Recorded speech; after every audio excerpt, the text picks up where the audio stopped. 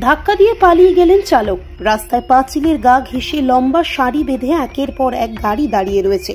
কখনো বাইক, কখনো সাইকেল চালিয়ে লোকজন যাতায়াত করছেন সেই রাস্তা দিয়ে।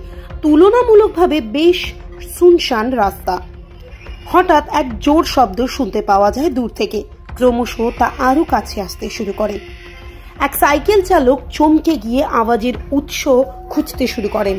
গতি হারিয়ে ফেলে একটি থর সোজা এসে ধাক্কা মারে পাঁচিলের ধারে দাঁড়িয়ে থাকা একটি গাড়িকে। গাড়িটি দুমড়ে মুচড়ে যায়।